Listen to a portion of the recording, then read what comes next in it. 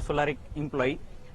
आज आपण एक 3 HP सोलार पंप बघत आहे, जो की महाराष्ट्रामध्ये गव्हर्नमेंटच्या योजनेमध्ये एक चालतो आणि प्रायव्हेटमध्ये पण आपण विक्री करतो. ह्या 3 HP सोलार पंप आहे, ज्याचं की पॅनल, स्ट्रक्चर आणि पंप मोटर कंट्रोलर असे हे पूर्ण सेटअप आहे. यामध्ये सुरुवातीला कंट्रोलर पासून याचं स्टार्ट केलं तर हा 3 HP पंपाला जुन्ना सोलारचं स्वतःचं ओन मॅन्युफॅक्चरिंग, स्वतःचं हे स्ट्रक्चर, त्यानंतर पॅनल जे 3 HP 6 पॅनल आहेत, जे की 500 वॅटचे आहेत. एक 3 HP पंपाला 500 वॅटचे 6 पॅनल ऍड होतात. एक पंप PMC आणि स्ट्रक्चर. साधारणतः आता हा पंप किती HP आहे? हा पंप 3 HP आहे, जो की आणि याच्यामध्ये कंपनीनं स्वतःचं काय मॅन्युफॅक्चर केलेलं आहे? तर जुन्ना सोलारचं यामध्ये स्ट्रक्चर मॅन्युफॅक्चरिंग आणि पॅनल मॅन्युफॅक्चरिंग आहे.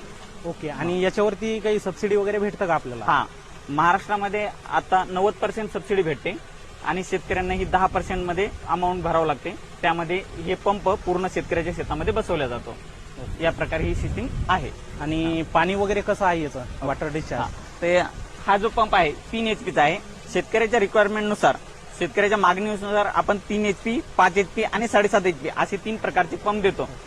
त्यामध्ये याच्यामध्ये विहिरीसाठी आणि बोरवेलसाठी काही वेगळं वेगळं आहे का? हा आहे. यामध्ये 3 HP पंप तर सेम असणार.